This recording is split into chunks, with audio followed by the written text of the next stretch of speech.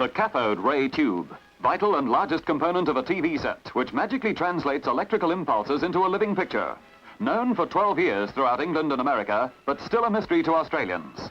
It's 1948, the year in which Lowell Thomas first described the Australian scene in overseas television newsreels. Scenes at the seashore give us a clue to the kind of country Australia is. A paradise for water sport, here where the waves of the immense Southern Ocean sweep upon the Australian beaches. Waves from the world's greatest width of ocean. Thank you, Lowell Thomas. As we look at this modern development in operation, the question of television's prospects in Australia comes to mind. Sir Ernest Fiske's opinion is, it will revolutionize our home life. And when we have it established in Australia, it will also lift the Australian radio manufacturing industry to greater heights. The determination as to when it will start is in the hands of the Australian federal government, and I know that the prominent ministers of that government are keenly interested in it, so we may hope to see it in the near future. The first Olympic Games ever televised, and Australia, one of the 4 countries which has never missed a modern Olympiad, was in London in 1948, watched by King George VI and Princess Marina. Only 2 gold medals came our way. West Australia's John Winter cleared 6 feet 6 inches in the mud to be the first, other than an American, to win the high jump. While Mervyn Wood, a 32-year-old veteran, took the single sculls by an all-time record-winning margin of 12.5 lengths. Merv Wood, 8 times Australian champion, 4 times Olympian. At the MCC dinner in London, closing the Australian 11's triumphant unbeaten tour, Captain Don Bradman announced his retirement and received from Lord Gowrie, former Governor-General of Australia, a magnificent silver bowl. I think there comes a time in every man's life, irrespective of whether he may still be good enough to carry on or not, that he should make way for a younger man. I feel that in my own case, and I think I'm probably the best judge of the many little creaks and groans that go on in my joints throughout the day, especially when we're out in the field, and I'm quite sure I shall have no regrets at all in having to sit in the pavilion and watch the other fellows. However, I do trust that in some other capacity I may be able to serve this wonderful game for many years to come. A few months later, a testimonial match was staged at the Melbourne Cricket Ground for the Don. Over 65,000 rocked the stands with their cheers as he walked out to bat.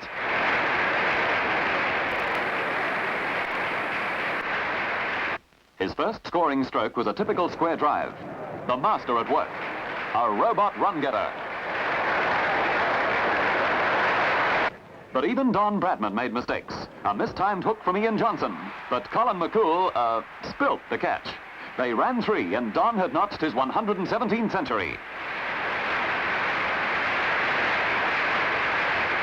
A fitting finale to the greatest run-getting era in cricket, and master cricketer Don Bradman. Another destined to reach the highest peaks of the game was Ray Lindwall, who thrilled the fans and frightened the batsmen with his speed, swing, and superb control. But this long, loping, rhythmic approach to the crease was under close scrutiny. Lindwall and many other international trundlers were suspect. It was claimed that they dragged over the bowling crease and thereby gained an unfair advantage. And so a new rule was introduced. Part of one foot had to be behind the crease at the moment of delivery. Fierce arguments developed until the camera came up with this evidence. There's no doubt that Ray's back foot is well over the crease and the ball has not yet left his hand. Yes, this was a clear-cut no ball.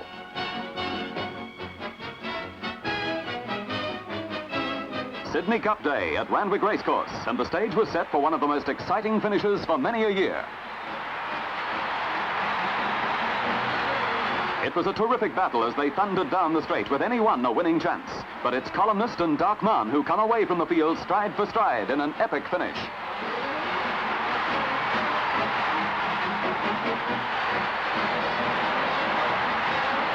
Dark Man and columnist locked together in a finish that only the camera can decide.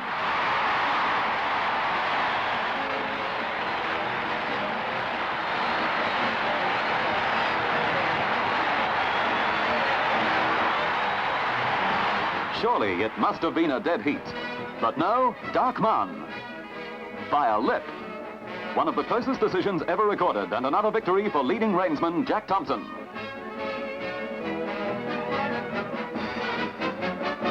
Hunters at Flemington Racecourse on Derby Day started off on the wrong foot, a wet one. For steady rain not only called for a late reassessment of chances, but also washed out what is usually a brilliant fashion parade for Milady. But the weather was kind for the Melbourne Cup, and the famous 2-miler was run in perfect conditions. As the field of 30 came down the straight, Comic caught on the rails was overtaken by Rimfire, with Robert Bruce, Saxony, and the favourite Howe well placed.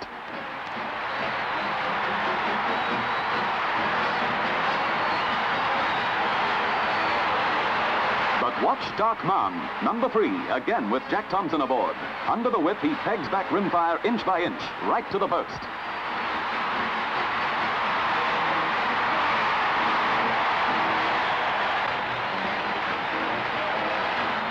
But the camera showed that Dark Man, winner by a lip in Sydney, had gone down this time by a nose to Rimfire, 66-1 outsider, ridden by Ray Neville. Coogee Beach was the scene of the first marathon surfboat race, 3 times around Wedding Cake Island, a 3-mile trip to test the toughest.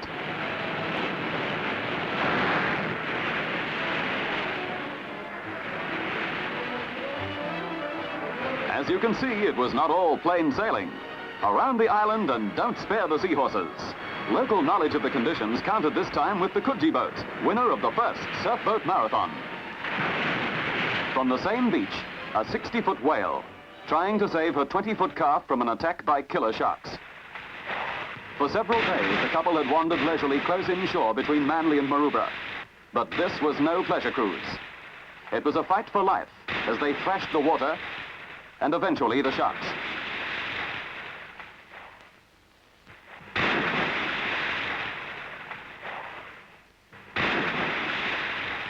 On the beach, the scene was much more attractive. Here's a young fella having his own whale of a time. And who wouldn't enjoy a dog's life like this?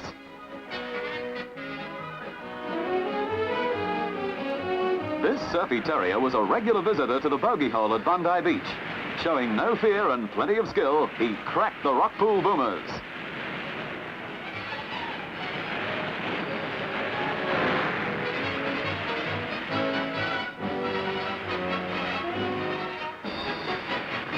On the South Australian coastline, it was a different story.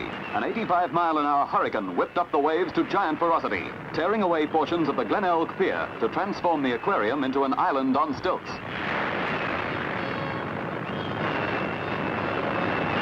HMAS survey ship Baku, blown onto the beach, presented the Navy with their biggest salvage problem of 1948.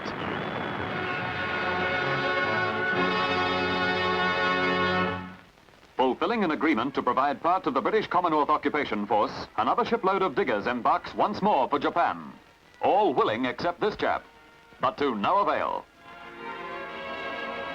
Just as upset about leaving Australia were these Malayan seamen who had come here during the war.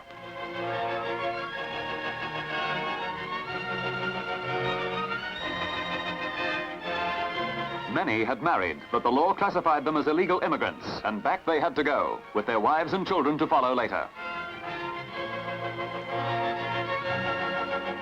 Also leaving the country was a band of Australian-born Yugoslavs, but they were leaving of their own free will, on a visit to their homeland.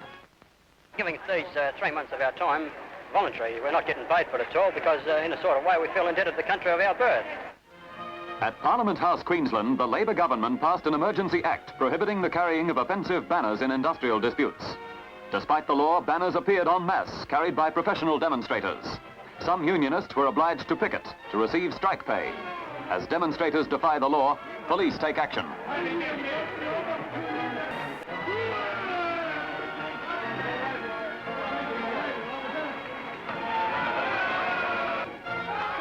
Summoned to court was Watersider's secretary, Conrad Englert, in shorts.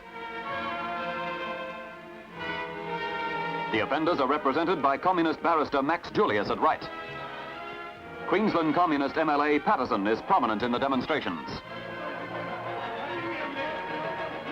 Police again arrest Englert in a campaign against the laws of the state.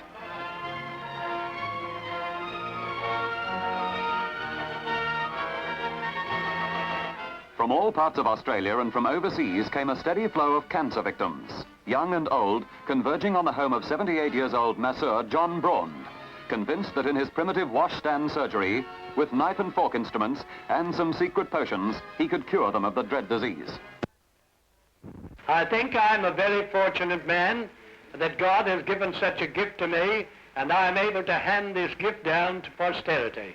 And it's one of the most joyful days of my life when I'll find this fully accomplished. Stories of miracle cures, together with Braund's persistent claims and growing queues at his home, led to an official investigation by a special committee headed by the Director General of Public Health, Dr. Morris. And Braund's claims were discounted. Unlike Braund, Dr. Morris, as you can see, did not like publicity.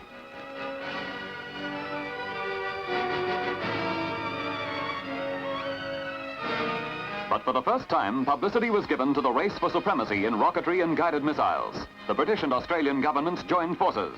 The great outback of this continent provided an ideal testing site.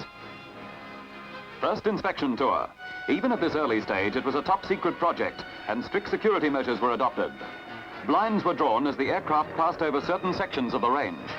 Later, however, the blackout was lifted, and the party got a close look at the huge undertaking, which was to cost over £30 million in the first few years.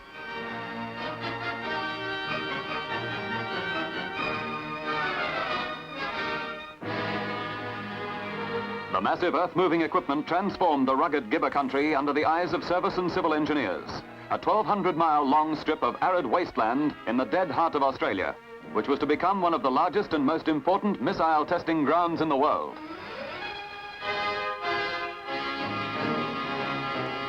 Exploration in Australia had so far failed in finding commercial quantities of oil.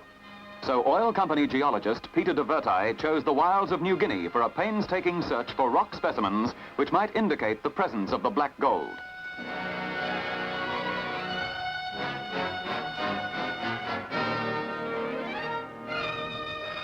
Promising evidence was discovered in fossilized specimens which were sent back to Port Moresby for laboratory tests by paleontologists, scientists who plot their way through the ages by studying fossils in rock stratas.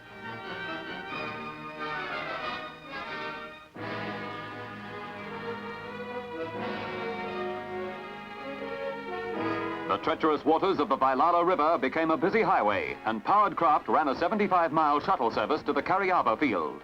Even float planes were used quick trips by executives, and landing them called for high skill, especially on fast-running jungle waterways.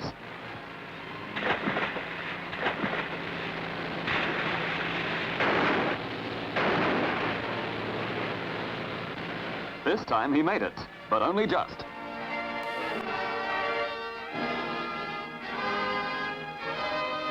The team had come to inspect the 136-foot-high derrick where the drill at this stage had twisted down more than 12,000 feet. In the wilderness of New Guinea, black and white dream of the day there'll be a gusher. In Brisbane, crowds lined the streets for the state funeral procession of the American unknown soldier. State Governor Sir John Laverack placed the first wreath upon the flag-draped coffin. It was a solemn city, as Australians paid homage to the symbol of American sacrifice. A gesture of gratitude as the nameless warrior set off on his homeward journey. 25,000 Roman Catholic schoolchildren crammed the Sydney showground to welcome the renowned American church dignitary Cardinal Spellman on his way to the diocesan centenary celebrations in Melbourne. Colourful orator Bishop Fulton Sheen was a member of the party welcomed by Australia's Cardinal Gilroy. No more colourful display has been staged on the famous arena. A few weeks later, the cricket ground was taken over by schoolchildren, this time of all creeds, 12,000 of them presenting the highlight of the centenary of Education Week. A grand tableau in green and gold, traditional colours of Australia in every sporting sphere.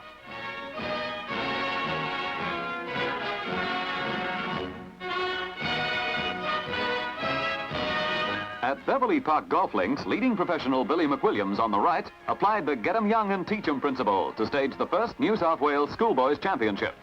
It was limited to boys under 16. The first tourney was a great success. Unexpected talent was unearthed. Young Johnny Moran chipped in on the 18th for an 80 off the stick. 3 years later, Bruce Crampton won this same event. Now, each year, boys come from all over Australia to Beverley Park to vie for the National Schoolboys Crown. A golfing nursery started in 1948.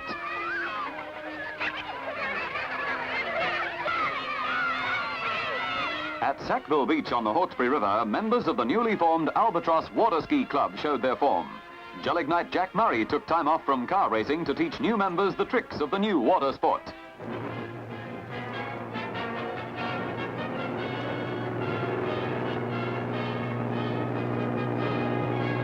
Thrills and spills as they skim along at 40 miles an hour. Here's a pert pupil on skis.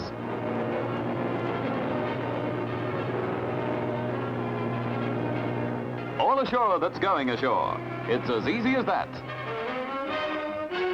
The biggest crowd at an athletic meeting since the 1938 Empire Games saw Jamaican Herb McKinley versus John Treloar in the 100 meters.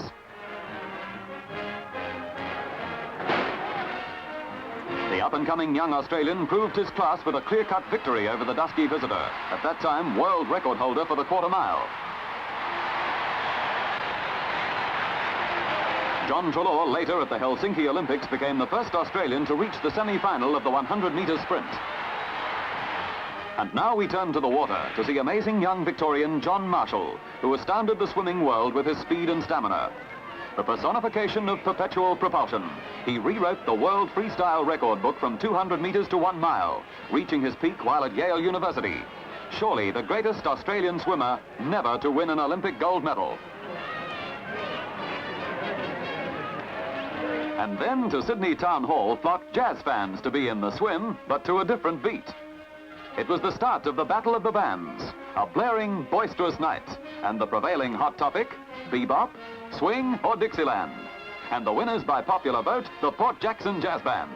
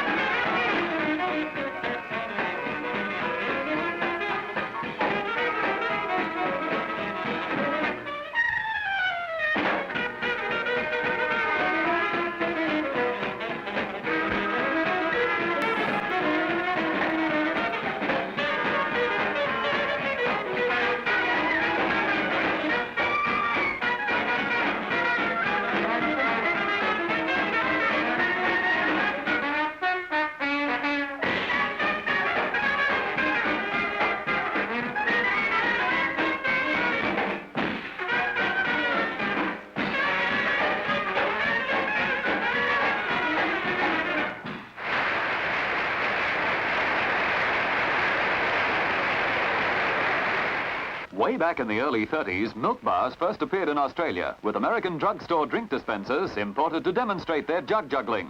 But in 1948, this local lass developed her own style recipe.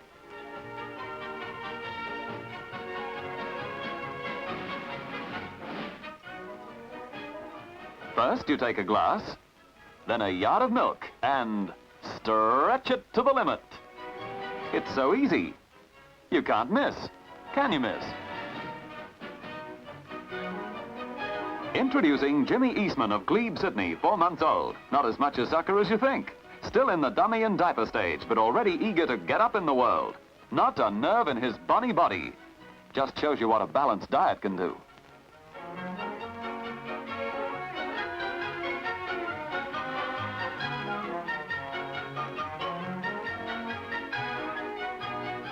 Could an unbalanced diet cause this fine featherless friend to shake with laughter? Or is it just the cold shivers? Cocky Sinclair, age unknown, must be protected against the rigors of winter. It may be plain, but it's a pearl. Careful now. Ah, that's better. Pierre Balmain? No, Cocky's choice. It's a galah occasion. And here's one right out of the hat, a rabbit who thrives on a diet of newspapers. Just nibbling at the news, you might say. And in between chews, he leaves his engine running. Miss Fay Field was the owner of this funny bunny. A cute rabbit with a quaint habit.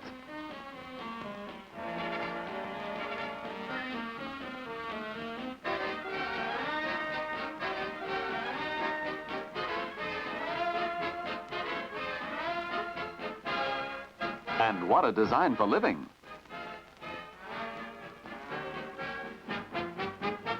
For once in their colourful careers, Sir Lawrence and Lady Olivia were among the audience as koalas and kangaroos strutted their stuff at Sydney's Taronga Park Zoo.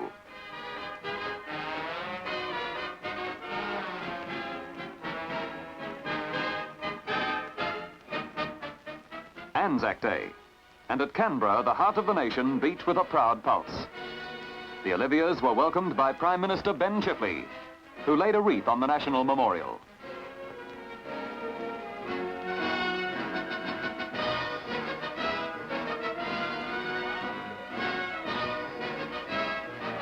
That night, Vivian Lee addressed a servicemen's reunion.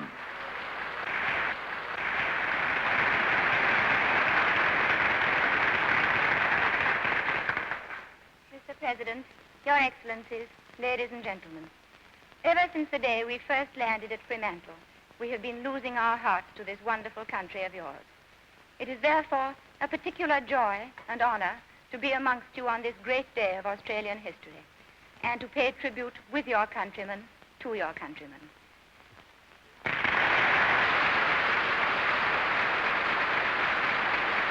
Another visiting film star, Chico Marx, met and entertained patients from a military hospital. Hello, guys. How are you? Well. Look at this bunch. Look, fellas, how about a little number, a little song? A number that I heard in America. They tell me is very popular here. It's something about a bum walking along the road and he meets some dame named Matilda. All right? No dame? Yeah, it must mean something. All right, now look. Let's start the singing. Let me see. Oh, you can do better than that. Let me hear you here. Let me. All right, now go.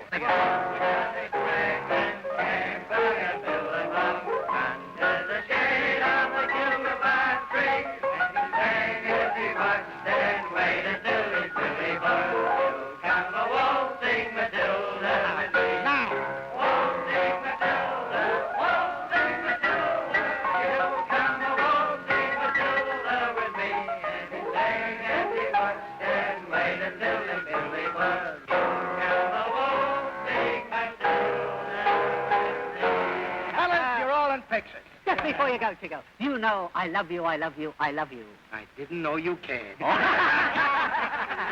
fellas. Come on, Chico. Goodbye. It was an historic day at Sydney's Deaf and Dumb Institute. The youngsters had been fascinated by daily reports of their idol, the great Helen Keller, who triumphed over deafness, dumbness and blindness. Today, they're visited by Helen Keller herself, with her companion, guide and interpreter Polly Thompson. As Miss Keller shows affectionate interest in the deaf and dumb children, Miss Thompson communicates to her by finger pressure, or Helen picks up Polly's speech by placing fingers on her lips and larynx.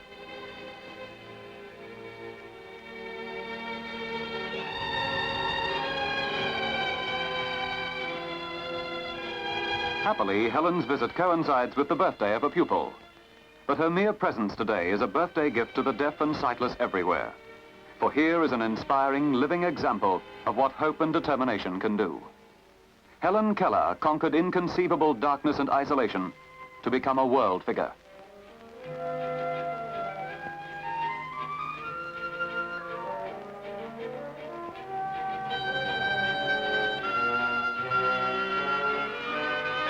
Helen's artificially acquired monotone is interpreted by Miss Thompson for those children who have partial or aided hearing. It makes me proud to see how seriously you have overcome an obstacle. It makes me proud to see how you're overcome becoming difficulty. I know every step on the road you are traveling. I know every step of the road you are taking. And I rejoice at you cheer and determination. And I rejoice at your cheer and determination. The obstacles you meet are many. Because the obstacles you meet are many. Hold fast to the ideal your teachers are planting in your heart. And when you go out for life, strangely and adventures. And when you go out to life's struggles and adventures, you will raise a banner. You will raise a banner. Who follow you. For the deaf who follow you. Yes. And on this inspiring note, we come to the end of 1948. A year to remember.